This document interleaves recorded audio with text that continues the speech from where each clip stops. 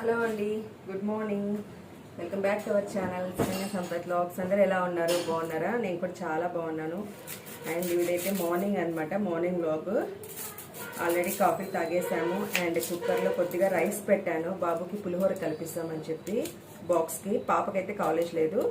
పాప ఆల్రెడీ నిన్న ఎగ్జామ్ రాసి వచ్చిందనమాట, డే బై డే ఎగ్జామ్స్ తనకి. సో బాబుకి అయితే బాక్స్కి పులిహోర చేసిమన్నాడు, అందుకని చెప్పి పులిహోగరి కలుపుతామని చెప్పి రైస్ అయితే పెట్టేశాను. అండ్ ఒక సిస్టర్ అయితే అడిగారు, ఏంటంటే రవ్వ దోశ అడిగారు కదా, అందుకని చేస్తూ ఉన్నాను. మీకోసమే మెయిన్గా చేస్తున్నానండి, చాలాసార్లు అడిగారు కదా. నేను కూడా చాలా రోజుల తర్వాత టేస్ట్ చేయబోతున్నాను ఎలా ఉంటుంది ఏంటి అనేది. సో ఆ రవ్వ దోశ కోసమే నేను ఇక్కడ ఆనియన్స్ని, పచ్చిమిర్చి, కొత్తిమీర, కరివేపాకు అన్నింటినీ చిన్నగా తరుక్కోవాలి. సో ఇవన్నీ తరిగి పెట్టేసుకుందాం అని చెప్పి చేసుకుంటున్నాను. ఆల్రెడీ మార్నింగే కాఫీలు తాగేసాము. నెక్స్ట్ మా హస్బెండ్ అయితే ఫ్రెష్ అప్ అయిపోయి వెళ్ళిపోయారు.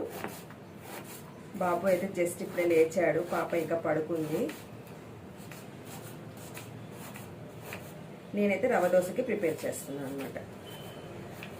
ఈ రవ్వ దోశకి పచ్చి కొబ్బరి చట్నీ చాలా బాగుంటుంది. కాకపోతే నా దగ్గర పచ్చి కొబ్బరి లేదు కాబట్టి ఇంకొక మామూలుగా నేను చేసుకునే చట్నీ ఏంటి అనేది చూపిస్తాను మీకు. పచ్చి కొబ్బరి, పుట్నాల పప్పు కాకుండా జీడిపప్పు, పచ్చిమిర్చి, వెల్లుల్లి, చింతపండు, సాల్ట్ వేసుకొని చట్నీ చేసుకుంటే దీనికి ఈ దోశకి కాంబినేషన్గా చాలా బాగుంటుంది.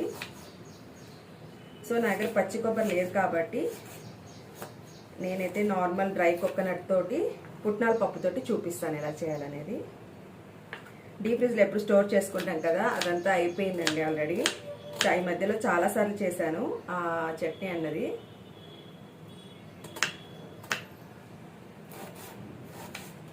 సో ఇక్కడైతే నేను ఇంకా ఆనియన్స్ని కట్ చేసుకుంటున్నాను. ఫస్ట్ మనం ఈ రవ్వ దోశకి బ్యాటర్ని ప్రిపేర్ చేసి పెట్టుకున్నాం అనుకోండి, అది కొంచెం ఒక 15 నిమిషాలు, ఒక 15 మినిట్స్ అలాగా మనము అన్నీ కలిపేసి పెట్టుకొని నానబెట్టుకోవాలన్నమాట. కాసేపు సోక్ చేసుకోవాలి.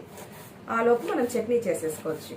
అందుకని చెప్పి ఫస్ట్ ఈ బ్యాటర్ ప్రిపరేషన్ కోసం నేను ఇక్కడ ఆనియన్స్, పచ్చిమిర్చి అవన్నీ కట్ చేసుకుంటున్నాను. మీరు కూడా ఫస్ట్ ఆనియన్స్, పచ్చిమిర్చి, కొత్తిమీర, కరివేపాకు, మీరు కావాలనుకుంటే అల్లం అది కూడా వేసుకోవచ్చు. జీలకర్ర వేస్తాను కంపల్సరిగా. అండ్ బ్యాటర్లో చూపిస్తాను మీకు ఇప్పుడు. ఇక్కడైతే ఆనియన్స్ కట్ చేసుకున్నాను, చూపిస్తాను ఎలా చేయాలనేది. నెక్స్ట్ ఇక్కడైతే బ్యాటర్ కలపడం చూపిస్తున్నాను. ఫస్ట్ అయితే బొంబాయి రవ్వ, ఇది ఏదైనా ఒక మెజర్మెంట్ కప్ తీసుకోండి. చిన్న టీ గ్లాస్ అయినా పర్లేదు. ఇది మనం కొంచెం కొంచెంగా వేసుకుంటే ఎక్కువ అయిపోతాయి అన్నమాట. ఇది లిక్విడ్గా చేసుకుంటాం కాబట్టి. సో ఇక్కడ చూసారా, నేను ఒక మెజర్మెంట్ కప్ తీసుకున్నాను. ఆ కప్ తోటి 1 కప్ రవ్వ వేస్తున్నాను. ఇందులో హాఫ్ బియ్యం పిండి వేసుకోవాలి. మీరు కొలతలు కరెక్ట్గా చూసుకోండి. చూసారా, 1 కప్ రవ్వ వేసాను, హాఫ్ కప్ బియ్యం పిండి వేస్తున్నాను. నెక్స్ట్ హాఫ్ కప్ మైదా,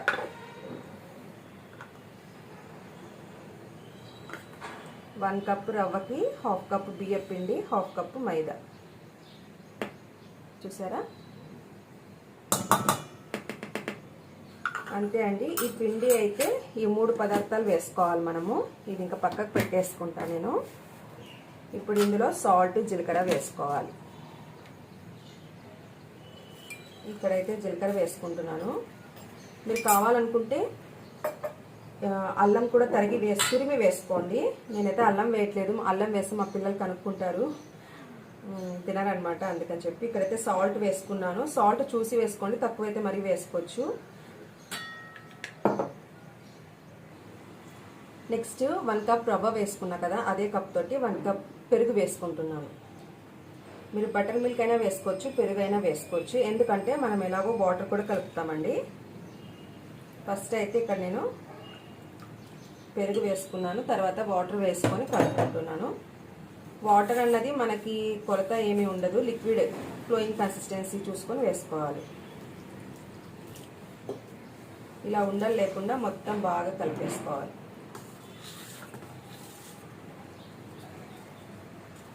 ఫస్ట్ కొంచెం వాటర్ వేసి కలుపుకున్నాం అనుకోండి, కొంచెం ఉండలు లేకుండా వస్తుంది. తర్వాత కన్సిస్టెన్సీ పెంచుకోవచ్చు.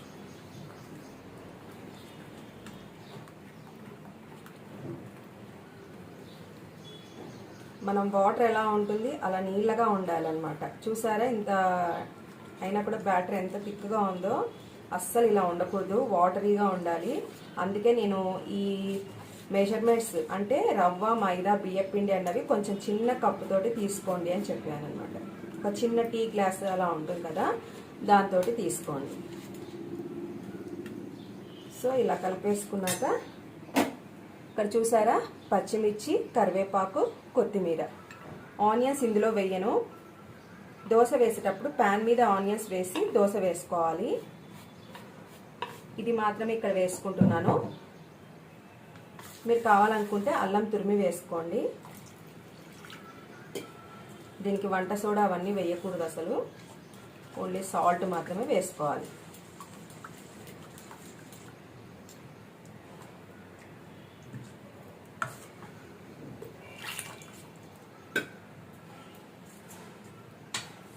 పచ్చిమిర్చి అన్నవి చూసి వేసుకోండి. మీ ఇంట్లో చిన్నపిల్లలు ఉండేటట్టయితే కొంచెం స్పైస్ తగ్గించుకోండి. పెద్ద పిల్లలైతే పర్వాలేదు, స్పైసీగా తింటారు కాబట్టి. ఇంకా ఫ్లోయీ కన్సిస్టెన్సీలో ఉండాలన్నమాట. ఇంకొంచెం వాటర్ వేసుకుంటాను. మీరు ఇది ఓన్లీ వాటర్తో కూడా కలుపుకోవచ్చండి. కాకపోతే పెరుగు వేయడం వల్ల టేస్ట్, కలరు చాలా బాగుంటుంది. దోశ టేస్ట్ బాగుంటుంది, అలాగే దోశ మంచి కలర్లో వస్తుంది అనమాట, రవ్వ దోశ. సో అందుకని చెప్పి నేను పెరుగు వేసుకున్నాను. చూసారా ఇంకా థిక్గానే ఉంది. వాటర్ ఎక్కువగా పడతాయండి. వాటర్ అన్నవి మెజర్మెంట్ చెప్పలేము, చూసి వేసుకోవాలంటే.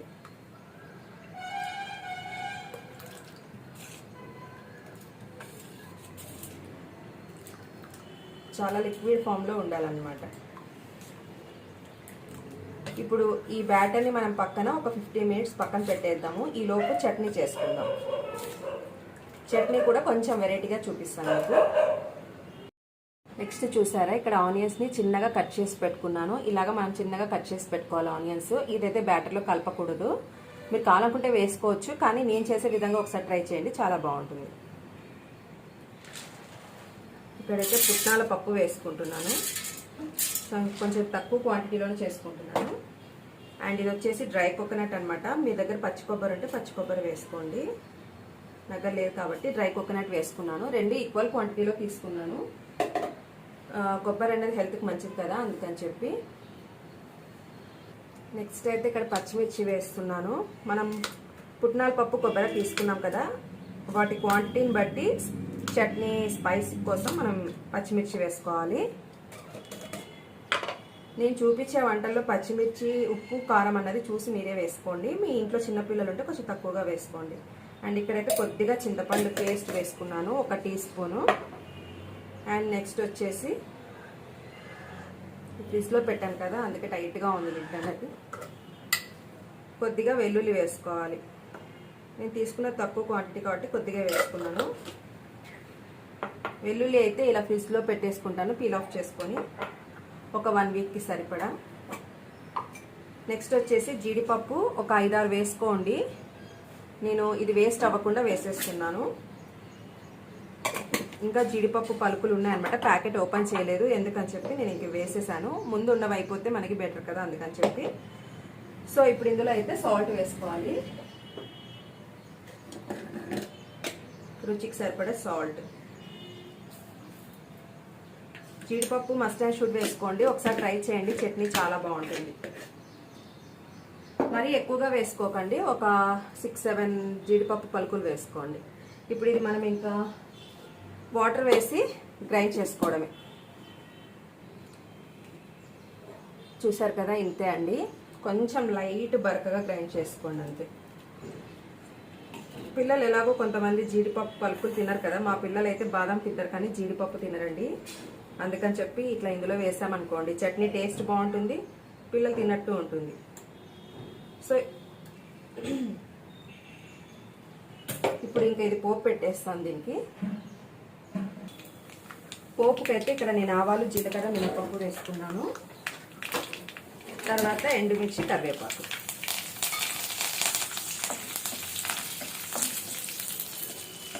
అంతే, ఇక స్టవ్ ఆఫ్ చేసుకోవడమే.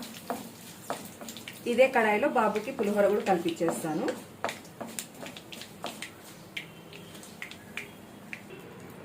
చూసారు కదా, చట్నీలో పోపు అయితే వేసేసుకున్నాను. చట్నీ కొంచెం తక్కువ క్వాంటిటీలో చేశాను, ఎందుకంటే పాపకు, నాకు, బాబుకి మాత్రమే. మా హస్బెండ్ బ్రేక్ఫాస్ట్కి రానని చెప్పారు.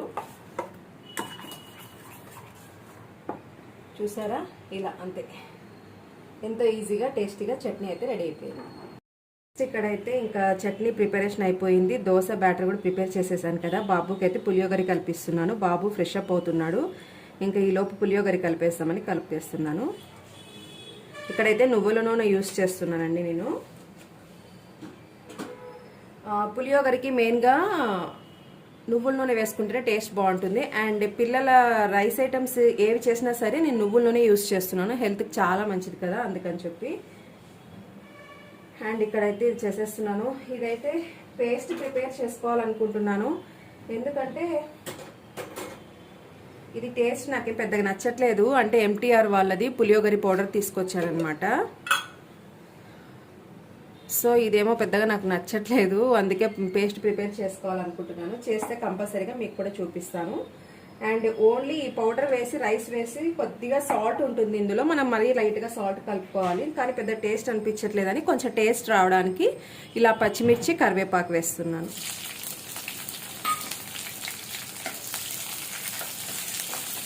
ఆ పులియోగరి పౌడర్లో స్పైస్ అంతగా ఉండదు అండ్ సాల్ట్ కూడా లైట్గా ఉంటుంది. So salt, red chilli powder అనేది మనం లైట్గా వేసుకోవాలి. కానీ రెడ్ చిల్లీ పౌడర్ కన్నా ఇలా పచ్చిమిర్చి వేస్తే టేస్ట్ బాగుంటుంది అనమాట. సో ఇంకా ఇలా వేయించుకున్న తర్వాత ఇందులో ఈ పులియోగరి పౌడర్ వేస్తున్నాను.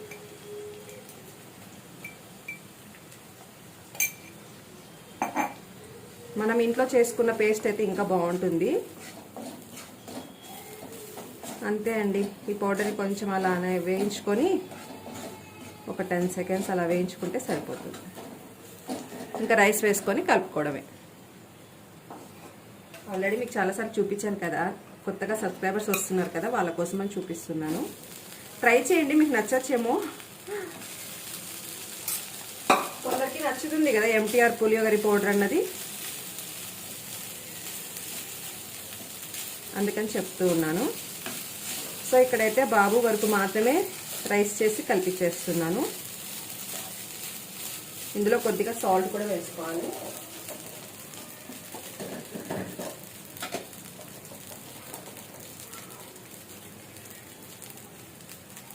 ఆల్రెడీ పౌడర్లో కొద్దిగా ఉంటుంది కాబట్టి నేను కొంచెం రైస్ తగ్గట్టు చూసి వేసుకున్నాను. అంతే అండి, బాబు బాక్స్ అయితే ప్రిపరేషన్ అయిపోయింది, చట్నీ ప్రిపరేషన్ అయిపోయింది. ఇంకా బాబు ఫ్రెష్ అప్ అయి వచ్చే దోశ వేసి చూపిస్తాను మీకు. మరి వీడియో లెంత్ ఎక్కువ అయిపోతుంది కదా. టేస్ట్ చాలా బాగుందండి, ఎందుకంటే ఈరోజు పచ్చిమిర్చి వేసాను కదా, అందుకు కొంచెం టేస్ట్ కనిపిస్తుంది. ఏదైనా అంతే, ఓన్లీ రెడ్ చిల్లీ పౌడర్ కన్నా ఇలా పచ్చిమిర్చి కూడా కొన్ని వేసుకుంటే టేస్ట్ బాగుంటుంది. ఆల్రెడీ పులియోగరి పౌడర్లో లైట్గా సాల్ట్, లైట్గా చిల్లీ పౌడర్ అన్నీ వేసి ఉంటారు వాళ్ళు. చింతపండు కూడా ఉంటుందన్నమాట. సో అందుకని చెప్పి నేను కొంచెం పచ్చిమిర్చి, కరివేపాకు పోపులో వేసాను. మామూలుగా పోపులో ఎప్పుడు పౌడర్ మాత్రమే వేసి చేస్తాను. బాబు ఇవన్నీ వేయొద్దని చెప్తాడు. సో ఈసారి వేసి ఇచ్చానమాట, చాలా బాగుంది టేస్ట్. ఇందాకే ట్రై చేసా, చాలా బాగుంది. ఇంకా ఇదైతే పక్కకు పెట్టేస్తాను. చూసారా, ఆల్రెడీ స్టవ్ మీద ప్యాన్ పెట్టేశాను. అండ్ ఈ బ్యాటర్ని అయితే ఒకసారి కలిపేసుకుంటున్నాను. ఎందుకంటే మనం రవ్వ ఏదైతే వేసుకున్నామో అది అడుగున ఉండిపోతుంది అనమాట. మనం దోశ వేసిన ప్రతిసారి బాగా కలుపుకొని దోశ వేసుకోవాలి. ఇంకా ప్యాన్ మీద అయితే ఆయిల్ వేస్తున్నాను. ఒకసారి ఆయిల్ వేసి టిష్యూ పేపర్ తోటి ఇలా స్ప్రెడ్ చేసుకుంటున్నాను.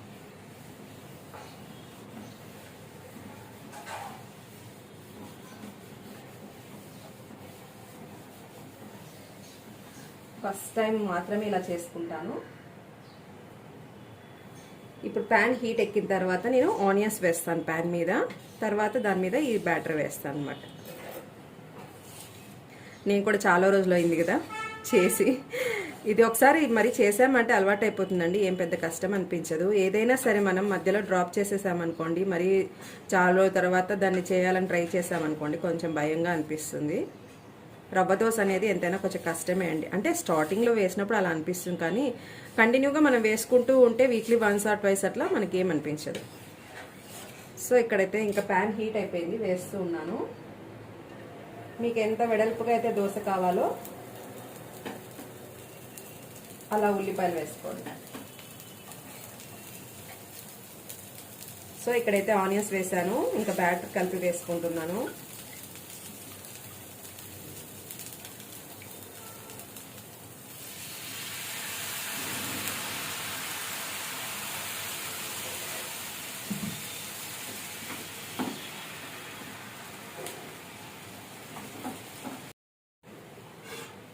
చూసారా, ఇలా వేసుకోవాలి.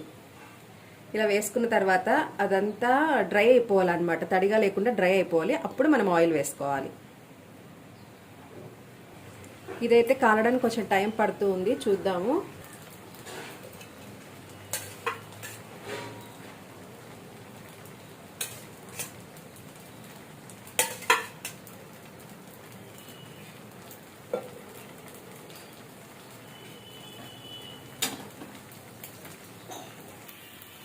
చూసారా, ఇలా పచ్చిగా లేకుండా కాల్చుకోవాలి, మొత్తం మంచి రెడ్డిష్ కలర్లో కాల్చుకోవాలి. కానీ చాలా టైం పడుతుంది. దోశ మాత్రం సూపర్గా వస్తుంది, కానీ టైం చాలా పడుతుందండి ఇది చేయడానికి. అందుకే నేను ఎక్కువగా ఇది చెయ్యను. ఇక్కడ పైన ఈ ఎక్స్ట్రా పిండినంతా మనం ఇలా అనుకొని కాల్చుకోవాలి. చూడండి, నీట్గా కాలిపోయింది, ఎక్కడ పిండి అనేది లేదు. షేప్ అయితే ఇలానే వస్తుంది.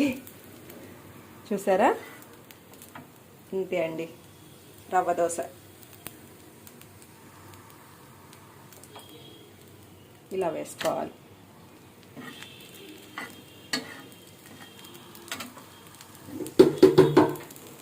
మీకు రవ్వ దోశ సూపరా, కానీ చాలా టైం పడుతుంది. ఒక దోశకి చూడు ఎంతసేపు పడుతుంది. ఇంకా ఒక దోశ ఇంకా వేసినాను, ఇప్పుడు నువ్వు ఒక దోశ తింటున్నావు కదా, అది ఇంకా కాలట్లేదు, ఇంకా టైం పడుతుంది కాలికి. అప్పుడు అందుకే నేను దోశ ఇది వదిలేసి 7 years అయింది. ఎంతసేపు పడుతుంది ఒక దోశ కాళ్ళు. అదే చేద్దాం అనుకున్నాను, కానీ ఒక సబ్స్క్రైబర్ అడిగారనమాట, ఒక సిస్టర్ అడిగింది రవ్వ దోశ చూపిమని, ఇంక అందుకని ఇచ్చేసినాను. రేపు చేస్తాలే వాడప్ప. బాగుంది కదా టేస్ట్.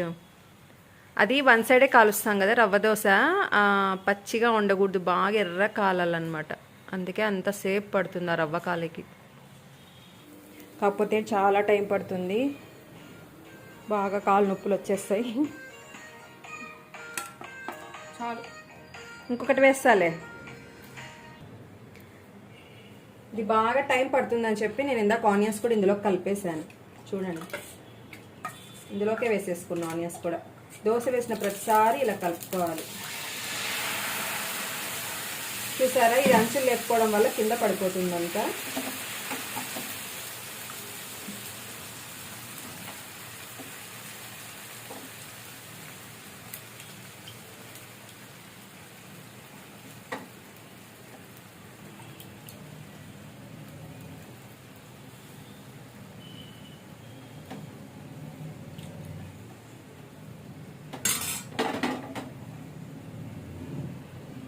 చూసారా, ఇట్లా మొత్తం స్ప్రెడ్ చేసుకోవాలి. ఇప్పుడు ఈ దోశ కాలడానికి మినిమం 10 minutes పడుతుంది తెలుసా. మంచిగా ఎర్ర కాలాలి. ఈ బాగా ఎర్ర కాలిన తర్వాతనే మనం చాలాకుతోటి దీన్ని మొత్తం ఇలా పచ్చి పచ్చిగా పిండి పిండిగా లేకుండా స్ప్రెడ్ చేసుకోవాలి. చూపిస్తాను మరి మీకు. చూసారా, నేను 5 minutes తర్వాత లేచి వచ్చాను, హాల్లో కూర్చొని ఉన్నదాన్ని. ఇంకా పచ్చిగానే ఉంది, మొత్తం బాగా ఎర్రగా, అంటే కొంచెం లైట్ రెడ్డిష్ కలర్ రావాలన్నమాట అడుగున దోశ అన్నది. అప్పుడే మనం దీన్ని చలాక్తోటి ఇలాగ స్ప్రెడ్ చేసుకోవాలి. ఎక్స్ట్రా పిండిని అంతా స్ప్రెడ్ చేసుకుంటే దోశ అంతా పర్ఫెక్ట్గా కాలుతుంది. చూసారా, ఇక్కడ లైట్ రెడ్డిష్ కలర్ అయింది కదా. ఇప్పుడు ఈ ఎక్స్ట్రా పిండిని అంతా మనం ఇలా పక్కకు కూడా స్ప్రెడ్ చేసుకోవాలి. ఎక్కడైతే ఇలా పచ్చిగా ఉందో అక్కడికంతా స్ప్రెడ్ చేసుకుంటే దోశ మంచిగా కాలుతుంది అనమాట, పిండి పిండిగా లేకుండా. ఇప్పుడు లైట్ రెడ్డిష్ కలర్ వచ్చింది కదా దోశ, సో అందుకు ఇలా స్ప్రెడ్ చేసుకోవాలి. చూసారా ఇక్కడ కనిపిస్తుందా, ఇంకా పిండిలాగే ఉంది. నేను పక్కకు స్ప్రెడ్ చేసుకుంటున్నాను అంతా ఇలాగా. మనం వెంటనే స్ప్రెడ్ చేసేకపోయామనుకోండి అసలు పెనం మీద నుంచి అతుక్కు అంతా గరిటకు వచ్చేస్తుంది అనమాట, దోశ ఉండదు ఇంకా పెనం మీద. ఇట్లా ఎక్స్ట్రాదంతా ఇట్లా ఇట్లా అడ్జస్ట్ చేసుకోవాలి. అడ్జస్ట్ చేసుకునేటప్పుడు ఫ్లేమ్ తగ్గించి అడ్జస్ట్ చేసుకోండి ఇలాగా. ఇలా అనేసి మరీ కాల్చుకోవాలి బాగా, ఇదంతా పచ్చిదనం పోవాలి. ఇది టేస్ట్ బాగుంటుంది కానీ చేయడం చాలా టైం తీసుకుంటుంది అనమాట, టైం టేకింగ్ ప్రాసెస్. అందుకే నేను అస్సలు చెయ్యను.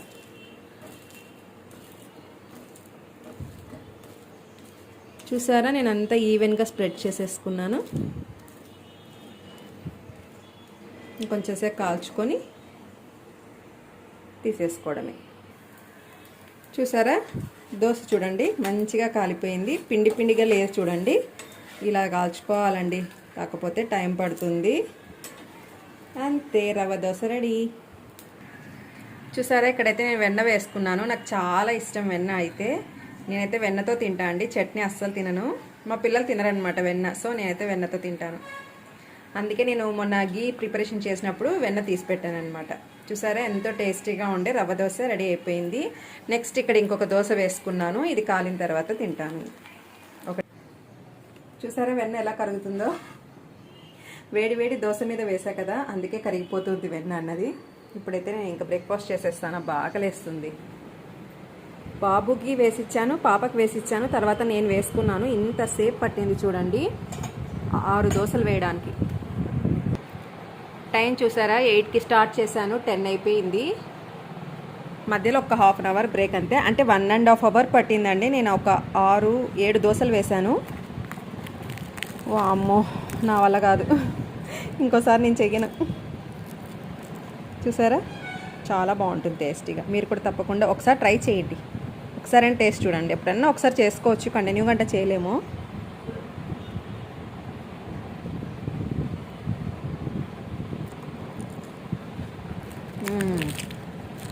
టేస్ట్ మాత్రం సూపర్ అండి, అందులో వెన్నతోటి కదా సూపర్ ఎమ్మీగా ఉంది.